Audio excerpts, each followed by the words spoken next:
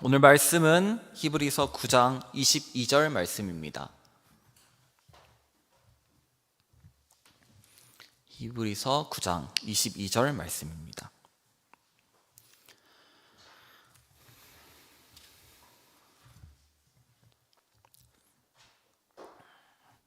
네, 함께 읽겠습니다. 율법을 따라 거의 모든 물건이 피로써 정결하게 되나니 피 흘림이 없은즉 사함이 없느니라. 아멘. 네, 우리는 지금도 여전히 사순절을 지금 보내고 있습니다. 네, 죄에 대해서, 그 정결에 대해서, 그래서 오늘은 공의의 하나님을 전달하고자 합니다. 그리고 그 뒤에 사랑을 나누고자 합니다. 지금 이 자리에 계신 여러분은 모두 자녀를 키우신 경험이 있는 분들이실 겁니다. 양육은 참 그 기적과 같은 것이죠. 왜냐하면 우리가 이전까지 보지 못했던 참 사랑의 세계를 경험할 수 있게 한다라고 저는 듣기만 했습니다. 아직 경험은 해보진 못했습니다. 저도 얼른 그 깊은 사랑을 맛보고 동참하고 싶은 소망이 있습니다. 왜냐하면 다들 얘기하기에 그래야 진짜 하나님의 사랑을 맛보고 경험할 수 있다고 얘기하기 때문입니다. 그럼 그 양육의 달인이 되신 여러분에게 묻습니다. 네. 당신의 사랑스러운 자녀가 절대로 넘어갈 수 없는 잘못을 저질렀을 때 어떻게 하셨을까요? 우리는 양육을 하며 이러한 문제들을 많이 경험하게 되죠. 절대로 넘어갈 수 없는 그런 잘못을 저질렀을 때 어떻게 해야 할까? 내가 이 아이를 정말 모질게 혼내야 될까? 아니면 좀 달래야 할까? 온유하게 해야 될까? 아니면 정말 강경하게 질책을 해야 할까? 많이 고민을 하게 되죠. 어떤 게 바른 양육법일까? 라고 말이죠. 오늘은 이 아이의 비유와 함께 제목인 정의와 공의의 하나님 그리고 그 사랑에 대하여서 나누고자 합니다. 내 자녀가 그러니까 죄를 저질렀을 때 이 아이를 어떻게 혼낼까 했던 그 기억들이 다들 있으실 겁니다. 그리고 이미 다 큰 아이를 기르고 있는 여러분도 마찬가지일 겁니다. 그거는 끊이지 않는 고민이죠. 왜냐하면 아무 말도 하지 않고 그래 너 다 컸어 하고 마치 무시하고 넘어간 것은 그를 존중하는 것이 아니라 어찌 보면 그거는 방임이기 때문이죠. 그렇기 때문에 우리는 이 딜레마에서 계속 고민을 하고 있을 것입니다. 그래서 각자 다른 기준과 다른 모습으로 아이를 훈육하게 되고 훈계하게 됩니다. 자, 여기서 중요한 것은 사람마다 기준이 다르게 훈육하고 훈계한다는 것입니다. 자, 이건 부모님의 가치관마다 다를 겁니다. 누군가는 아이가 상처받지 않는 선에서 아니면 전혀 타격이 없는 선에서 아니면 진짜 모질라게 그 아이를 혼내기도 하고요. 가끔은 부모인 자신의 감정적 격분이 풀릴 때까지 혼내는 그런 부모님도 있을 겁니다. 또한 다른 기준을 또 얘기해 보죠. 어떤 잘못은 부모가 느끼기에 괜찮을 수가 있습니다. 또 어떤 집안에서는 부모가 느끼기에 아니 이것은 정확하게 잡고 가야 되는 잘못이야 라고 느끼는 잘못도 있을 겁니다. 자, 예를 하나 들어보겠습니다. 집에서 인형을 뻥뻥 차고 다니는 꼬맹이 아이가 있습니다. 어떤 어머니는 이렇게 얘기하겠죠. 집에서 왜 자꾸 물건을 차고 다니니? 라고 아이를 훈계하죠. 근데 또 다른 집안에 가보면 할아버지가 이렇게 얘기합니다. 요 녀석 커서 손흥민 같은 축구 선수가 되겠네 하고 그 아이를 혼내지 않고 오히려 웃으며 넘어가는 집안도 있다라는 것이죠. 자, 그러므로 이 예화를 통해서 우리가 알 수 있는 것은 이 기준은 사람마다 부모님마다 다르다라는 것입니다. 그 훈계의 기준이 모두 우리가 하나로 정립되지 않는다라는 것이죠. 그래서 우리는 무엇이 과연 참일까 진리일까, 그러니까 어떻게 해야 이 아이가 바른 방향으로 나아갈까라는 것을 고민하고 있는 그리고 고민했던 부모님일 것입니다. 자, 근데 이 기준이 누가 봐도 명확한 선으로 참으로 가시는 부모님을 제가 한 분은 알고 있습니다. 그분은 기준이 가히 절대적이라고 할 수가 있어요. 그 부모님은 정의 그 자체였던 것 같습니다. 제가 기억하기에. 그러니 잘못에 대해서는 반드시 정의롭게 응대하시는 분입니다. 또한 그분은 선 그 자체이십니다. 정결하지 못한 것을 심판하시는 분이시죠. 그 절대적인 기준을 갖고 계신 부모님은 바로 여러분도 예상했듯이 하나님이십니다. 그 하나님의 기준은 명확하신 분이시죠. 그 하나님은 절대적인 기준을 소유하고 계시는 분이시고 그 권한을 갖고 계시는 분이십니다. 그리고 저는 지금 그 공의의 하나님에 대하여서 말하고 있습니다. 네, 신명기 32장 4절 말씀입니다. 그는 반석이시니 그가 하신 일이 완전하고 그 모든 길이 정의로우시며 진실하고 거짓이 없으신 하나님이시며 공의로우시고 정직하시도다 라고 말씀하고 있습니다. 여러분, 인간은 절대로 넘어갈 수 없는 잘못, 그러니까 죄를 저지른 존재입니다. 그것은 바로 우리가 지금 지내고 있는 이 사순절, 그 죄악을 얘기하고 있는 것이죠. 아담의 첫 죄악이 곧 원죄인데 그 원죄가 지금 우리에게까지 흘러내려오고 있죠. 그러니까 우리는 부모님에게 훈계, 질책을 받아야 하는 그런 존재입니다. 그 죄는 불순종, 그리고 눈이 밝아져 자기 자신이 하나님과 같이 되고자 했던 그런 죄였습니다. 그리고 그런 죄의 속성들은 여전히 우리가 갖고 있는 것을 우리는 알 수가 있습니다. 왜냐? 아직도 우리는 하나님의 권한을 갖고 정죄를 하고 여전히 불순종을 하는 우리의 모습들을 우리는 살고 있기 때문입니다. 근데 하필 마침 우리의 아버지이신 하나님은 그 훈계의 절대적인 심판자이십니다. 그러니까 그분은 정결에 대하여서 정결하지 못하는 사람을 공의로서 무조건 심판하시는 분이십니다. 그분은 온전히 거룩한 존재이시기 때문에 거룩하지 못하는 것에 대해서는 심판을 하셔야 되는 심판자이십니다. 거룩함을 해치는 죄를 결코 지나지 않으시는 분이십니다. 네. 그렇기 때문에 그의 자녀인 우리가 죄 가운데 있을 때 그의 자녀인 우리는 아담의 원죄로 인하여서 심판에 놓이게 되어 있습니다. 이것을 우리는 하나님의 공의라고 부릅니다. 죄를 넘어가지 않으시고 공의로서 심판을 하시는 분, 그분이 바로 하나님이십니다. 공의라는 게 어떻게 보면 참 무섭게 느껴집니다. 더욱이 부모의 징계, 우리가 살고 있는 우리 부모님의 징계는 일시적이죠. 그러니까 부모님의 기분이 풀리면 그 징계는 넘어가기 마련입니다. 그러니까 저희 아버지도 용현이는 참 그 좋은 점이 뭐냐면 내가 너를 혼냈을 때 다음날 다 까먹더라. 그래서 다시 관계가 원상복귀 되더라. 그러니까 부모님의 징계는 일시적이고 한정적이죠. 하지만 하나님은 아이가 죄로부터 끝없이 회개하지 않을 때 자기의 자녀이더라도 죄 안에 있는 영혼은 심판자로서의 역할을 하셔야 되는 분이십니다. 그 공의의 하나님의 모습은 성경에서도 여러 찾아볼 수가 있습니다. 첫 번째 사건인 소돔과 고모라 사건을 말씀드리겠습니다. 창세기 19장의 24절에서 25절까지 말씀입니다. 여호와께서 하늘 곧 여호와에게로부터 유황과 불을 소돔과 고모라에 비같이 내리사 그 성들과 온 들에 성에 거주하는 모든 백성과 땅에 난 것들을 다 엎으셨더라. 네, 소돔과 고모라, 소돔 땅은 죄악으로 가득 찬 땅이었죠. 하나님은 그곳에 가셔서 그 죄인들을 유황과 불로 덮으십니다. 그리고 나서 그 소돔을 멸망하게 하시죠. 그의 자녀가 그곳에 있더라도 하나님은 심판을 하셔야 되는 분이시기 때문이죠. 두 번째 사건은 이러합니다. 금송아지 사건. 출애굽 기간 동안 모세가 십계명을 받고 내려오자 이스라엘 백성들은 금송아지를 섬기고 있던 모습을 우리가 보게 됩니다. 그 하나님은 무려 3,000명을 레위 지파를 통하여서 도륙하게 됩니다. 그러니까 이 말씀을 읽을 때 하나님 용서 좀 해주시지, 하나님 굳이 이 3,000명을 죽이실 필요가 있었을까? 하나님은 명확하게 죄에 대해서 심판을 내리시는 공의의 하나님을 우리는 여러 성경을 통하여서 보게 됩니다. 더욱 구약이 그러합니다. 자, 공의의 하나님이 어떻게 느껴지십니까? 저처럼 무섭게 느껴지십니까? 전 여전히 구약의 하나님은 참 무서운 하나님이거든요. 여러분은 그 공의의 하나님, 그러니까 죄악을 명확하게 정의 안에서 거룩 안에서 심판하시는 그 하나님이 어떻게 느껴지십니까?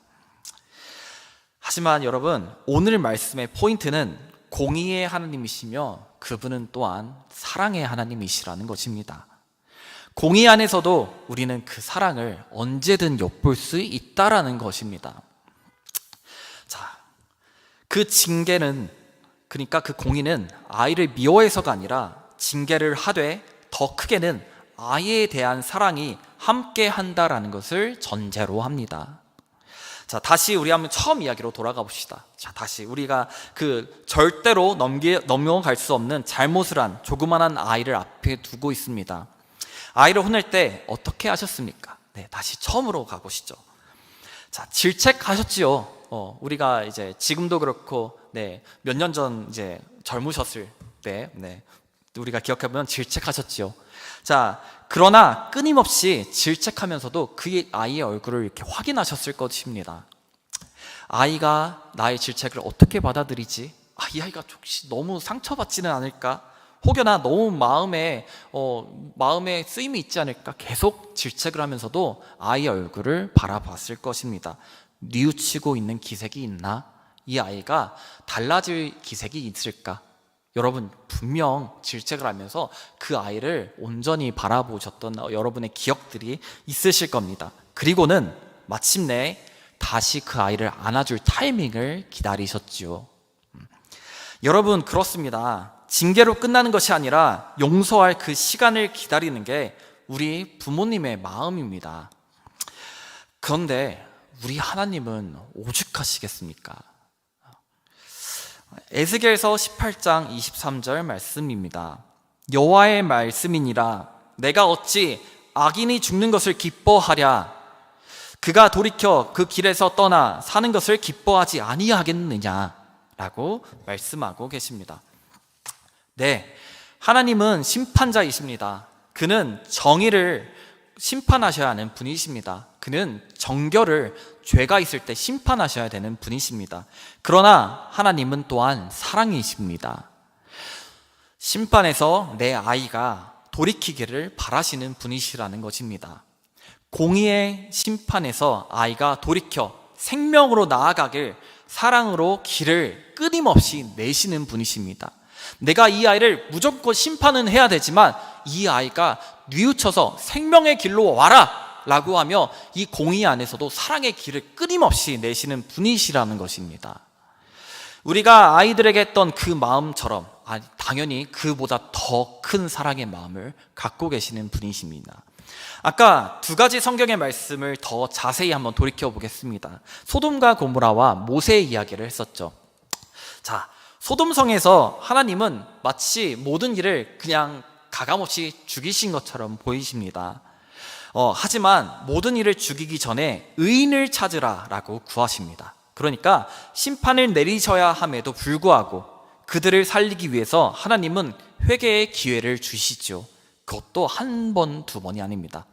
의인을 찾으셨습니다. 자, 아브라함에게 의인 50명을 찾을 수 있느냐? 그래. 심판을 내려야 하는데 그래. 의인 40명을 찾을 수 있느냐? 그래. 10명은 찾을 수 있느냐? 끊임없이 하나님께서 기회를 주셨죠.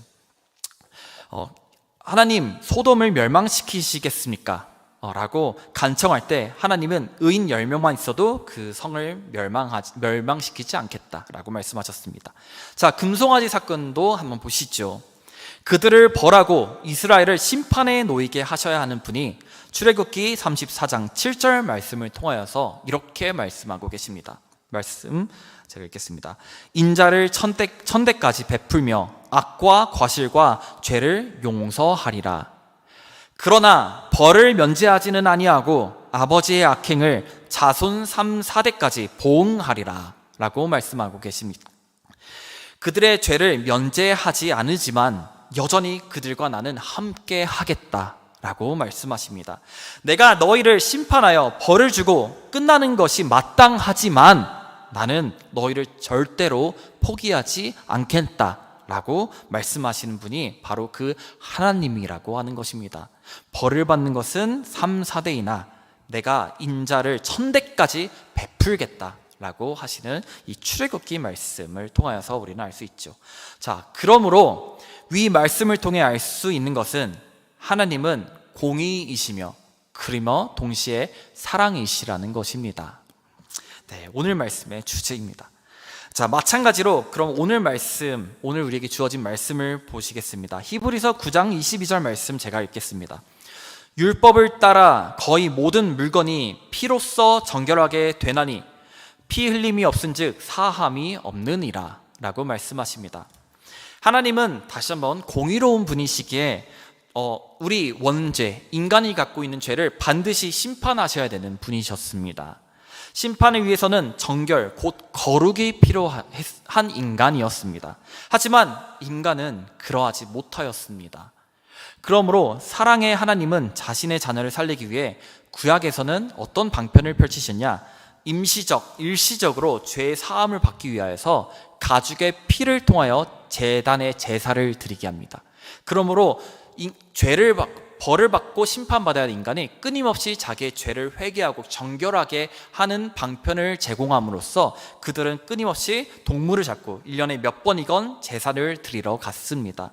또한 이스라엘 백성 전체를 위한 속죄의 제사를 1년에 한 번 대제사장을 통하여서 지성소에 피를 뿌림으로써 그 벌을, 심판을 면해 갔지요.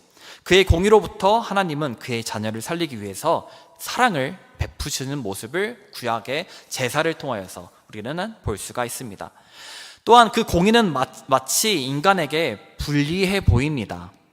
자, 지금까지 봤을 때 공의가 마치 인간을 속박하는 것처럼 보입니다. 그 공의로 인해 아버지의 사랑으로부터 끊어질 수도 있기 때문이죠. 그러니까 돌이키지 아니하면 인간은 결국 영영 끝나지 않는 지옥불에 떨어지게 마련이기 때문입니다. 하지만 심판에서 비껴나가도록 하나님은 사랑을 마련해 주신다고 제가 계속 말을 하고 있는데, 바로 그 결정체가, 사랑과 공의의 하나님 그 결정체가 바로 예수 그리스도입니다. 하나님은 인간이 받을 심판으로부터 영원한 구원의 계획을 곧 구속사를 계획하십니다. 이 심판으로부터 벗어나게 해야겠다라는 구속사를 계획하십니다. 그것은 바로 가장 사랑하는 그 아들, 가장 존귀한 그 아들, 그리고 단 한 분 거룩하다라고 일컬어지는 그 아들을 이 땅에 보내는 것이었습니다. 심판으로부터 우리를 구원하시기 위해 말이죠. 예수님은 그렇게 제단의 제물이 됩니다. 자, 사람은 정결을 위해서는 하나님께 올릴 정결의 제물이 필요한 구약 시대였습니다. 하나님은 그 제물을 직접 준비하십니다. 공의 때문에 하나님은 그 제물을 무조건 준비를 해야 되는데 직접 준비를 하시죠. 자, 근데 여기서 또 우리가 생각해 볼 수 있는 거는, 구약에 아브라함이 이삭을 올리러 갔을 때는 아브라함의 믿음을 보고 그 이상의 존귀함을 보고 하나님은 아니 너의 아들을 살려라 라고 말씀하시죠. 이삭을 죽이지 않으시죠. 하지만 하나님은 자기 자신의 아들을 그 제단 위에 바치셨다라는 것입니다. 아브라함과 다르게 말입니다. 그리고는 우리를 살리십니다. 죄에 대한 책임을 묻는 것, 그리고 그 책임을 지는 것, 이것이 공의이죠. 근데 하나님은 그 공의를 인간에게 모두 책임을 묻지 않으십니다. 내가 너희를 살리기 위해서 그 공의의 책임을 내가 지겠다라고 하셔서 하나님도 공의로부터 자유롭지 아니하시고 예수 그리스도를 보내셨다라는 것입니다. 그러므로 이것이 과연 공의입니까? 사랑입니까? 이것은 공의이며 또한 동시에 사랑입니다. 인간은 원죄로 인해 거룩함을 상실했지만 예수 그리스도께서 죄 없으신 삶과 십자가의 피로 우리를 대속하심으로써 우리는 그분의 의를 덧입고 하나님 앞에 다시 거룩한 자로 설 수 있게 되었다라는 것입니다. 우리의 구원은 우리의 노력이나 공로가 아닌 오직 예수 그리스도의 보혈로 말미암은 은혜입니다. 공의를 실천하시는 하나님, 우리가 공의의 책임을 모두 져야 하지만 아니 내가 사랑으로 너의 생명을 내겠다, 그러므로 내가 그 공의의 책임을 지겠다 라고 말씀하시는 분이 우리의 부모, 아버지 하나님이십니다. 그리고 그 온전한 공의와 사랑의 결정체가 이 땅에 우리를 위하여 십자가를 지러 오신 예수 그리스도이십니다. 우리가 그 깊은 공의를 묵상하고 그 사랑을 우리가 경외했을 때 온전히 하나님에 대한 경외가 생기고 하나님에 대한 깊은 사랑의 실천이 생겨날 것입니다. 그리고 우리의 믿음이 성장해 나갈 것입니다. 그 안에 온전히 거하는 우리 성도분들, 우리 제자들 교회 되기를 소망합니다. 네, 마지막으로 말씀을 읽겠습니다. 그러므로 이제 그리스도 예수 안에 있는 자에게는 결코 정죄함이 없나니. 로마서 8장 1절 말씀입니다. 아멘.